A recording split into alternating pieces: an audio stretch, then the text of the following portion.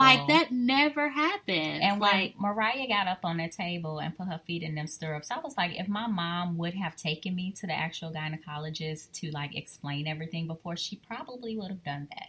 Because my mom was very open about everything. I love so I know she would have did that. I'm glad that her daughter's experience will be from the person who delivered her, like a good friend to the family. Yeah, and she's probably going to keep it, she's going to keep it real with her. Yes. And she's going to be completely, like, they can have a great parent relationship. Mm-hmm. Not parent. A patient relationship. Yes. And she can't go back into her mama nothing. Yes, but you know that Simone would still give her good advice. Exactly. And trust that. Yes. And know that your child is in good hands. Exactly. I can't say that because I don't have a friend that's a doctor like that I could say, hey, I need you to talk to little big guy about balls or something. Like, I'm just like, what do you talk? I have no idea what you can talk to a little, like a male child about life like that. So they could talk about basketballs. I guess so. So I just think that was really good to have somebody in your circle like that. Yeah, yeah. I really wish we had a doctor friend. I know. Nobody ever get that. Oh, I'm a doctor in my head. I think I'm a doctor. Yeah. I mean, my mom thinks she's a doctor. Yeah. That's those are, I guess that's who you would have talked to, Lady D. I mean, I feel like I talk to Lady D as my mom. Like, I know I will talk to her. Because I talk to her now on her level about different things. Like, she knows where a baby comes from. She's asked me, how does it get there? I haven't explained that yet. I just say, mommy and daddy loved each other so much you came. But she knows where the baby comes from. She knows that she was breastfed. She probably remembers that because she had a hard time getting off the creamy crack. I know. She did. I wouldn't be surprised if she walked in there one night while you sleep. Be like, one more time, mama. No. I have somewhat explained to her what a period is. Because That's good. I'll ask her to give me a panty liner. And she's like, well, what do you need this for? And I'll be like, to protect my panties. And she's like, well, why do you need to protect your panties? I was like, well, sometimes once a month, mommy bleeds, and when you bleed, that means you can have babies. You're such a good mom. Because my mom be like, oh, nobody told me that. Nobody told me that. Nobody told me any of that. Nothing. No, I just went to camp, and I thought I was done. Okay. Well, I know my experience was not that. Yeah, I didn't know nothing about that. But then the people at camp pretty much told me what I'm supposed to do, and then I start using everybody else's stuff, and then they figured out, dang, where all my pads go? Well, then they was like, Tanisha, you been using my pads? I was like, yeah. I started this thing, and I'm leaking. It was just very traumatic. They didn't give you those little books in your pediatrician's office? No.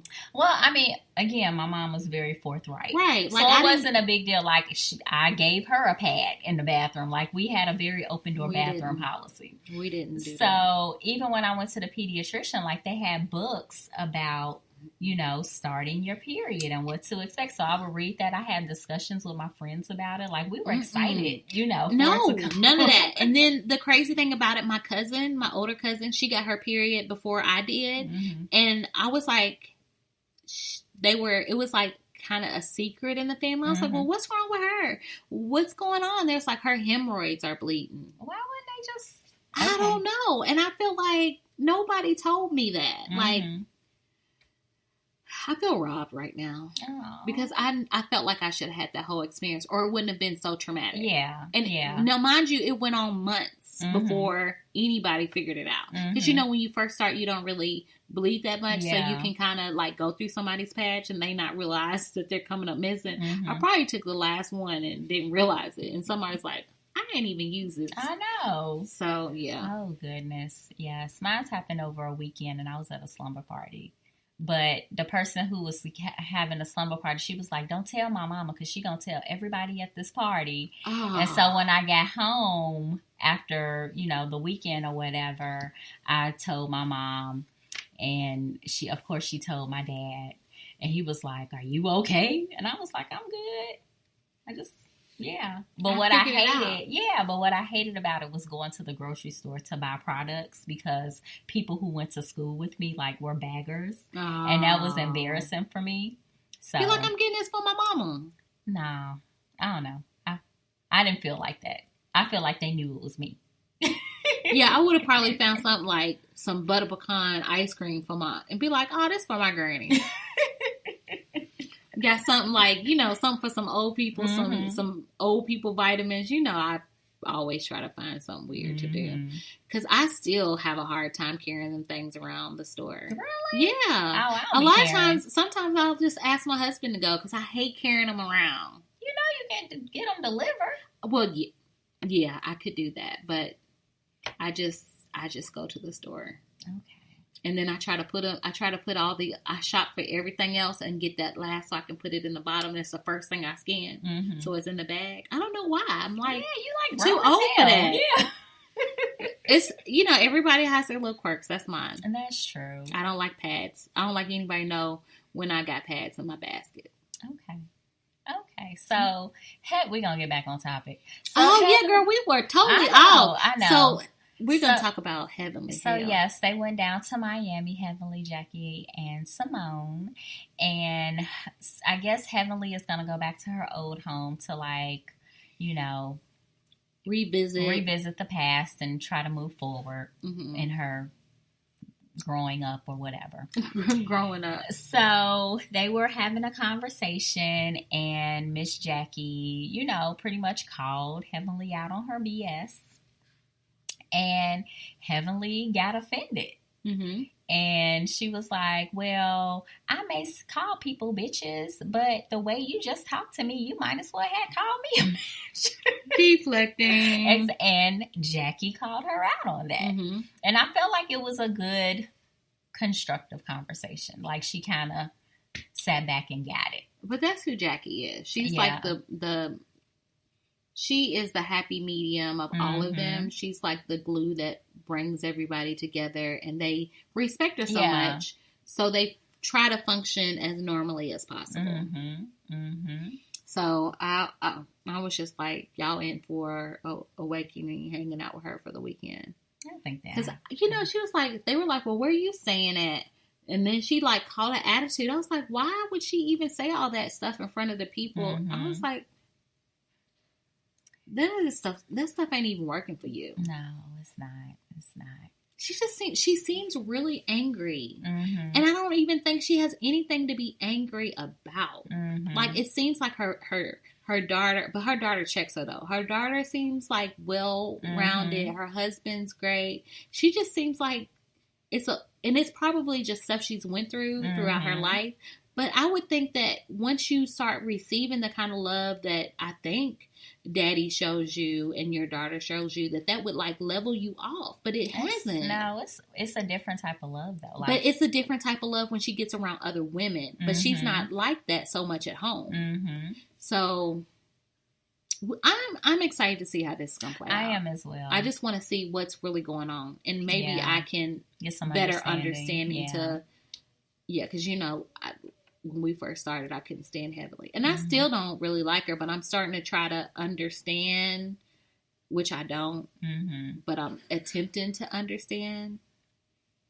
I don't know. They say wise people seek understanding than to be understood. So that's where I'm at with her. Okay. And the rest of these people on the show. We'll see next week.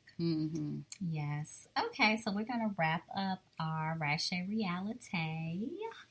And now we're going to get into our business buzz. And since we were in Memphis this past weekend, we had to stop at our favorite cookie store, Makita's Cookies. And you can find her on makitascookies.com.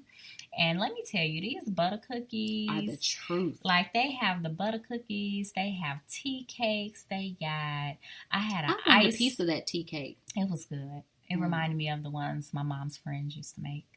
I had an iced oatmeal cookie, and let me tell you, it was like, I felt like I was like 5 years old again. I just needed a good cup of milk. like real milk, not like Yeah, almond milk. Yeah. That's what she had. Yeah, I needed like some real milk. So, and they also do pies. We got a lemon meringue pie, and the crust is the butter cookies. It was I didn't get to try good. it. It was so good. You know what? That oatmeal walnut cookie I had was so delectable. Oh my goodness. Like I ate, like when I get something and I really like it, I like piece it off so I can enjoy every little savory bit. And I saved some for my husband. He was like, man, that's a good cookie. He's like a critic of food. And so he really liked it. He was like, where'd you get that? And I was like, so I think I'm going to order him some for like a little present one day, a couple cookies, since they do have cookies online. Good, yes. Because that cookie, and I looked at that icing on your cookie, so I'm going to ask them, could they customize me a cookie and make me a oatmeal walnut one with the icing. Ooh, yes. Yeah. Oh, that's going to be good. Yeah. Okay, I'm ready to go back to Memphis so I can just get another cookie. Okay, so again, can we go to IKEA this time? Okay. Yeah, because I showed them my cinnamon roll. So you can find Makita's, and the story of how Makita's came to be is, you can tell it better than I can. Well, I think the way our friend told us, I didn't really look at the About Us to get the actual story, but I'm pretty sure it's the truth. So basically, they had a daughter, and her name was Makita. And she had leukemia, and she passed away. And so that's what they named the store. But I'm pretty sure I hope I'm not telling their story wrong, because I absolutely love this place. And I think everybody across the world should order a cookie. Like when I eat these cookies, I feel like, why is this not in the store? Like, exactly. They're too good for the whole universe not to enjoy and not to have an opportunity to taste this in your mouth. It's, when I tell you, bite this butter cookie and it like soaks down into your taste buds, it's amazing. I had never tasted anything like it. And every time I go, I have to get a cookie from this place. Yes. So you can order online. They do different variety packs at makitascookies.com, and it's MAKEDASCOOKIES.com. Their phone number is 901-745-2667. And if you are in the Memphis area, the address is 2370 Airways Boulevard in Memphis, 38114. So check them out. The cookies are delectable. The pies are good. Like every time my friend comes up from Memphis, I always tell her to bring us these cookies. Yes. Yes. So, do you have a fairy moment? I don't think I have a fairy moment at this time. Okay. I'm trying to think over the course of... well, my fairy moment's not really interesting. It's just a personal fairy moment. Okay. Well, I mean, that's what all fairy moments are. Well, you know how, like, when we were driving back, I was like, okay, I'm going to get 3 loads of laundry done when I get home. Well, my husband pretty much started the whole laundry thing going, and I was like, oh, well, I don't really have to do all 3 loads like I thought I need to do. So anytime your spouse or mate or partner can help you out, it's always appreciated, right?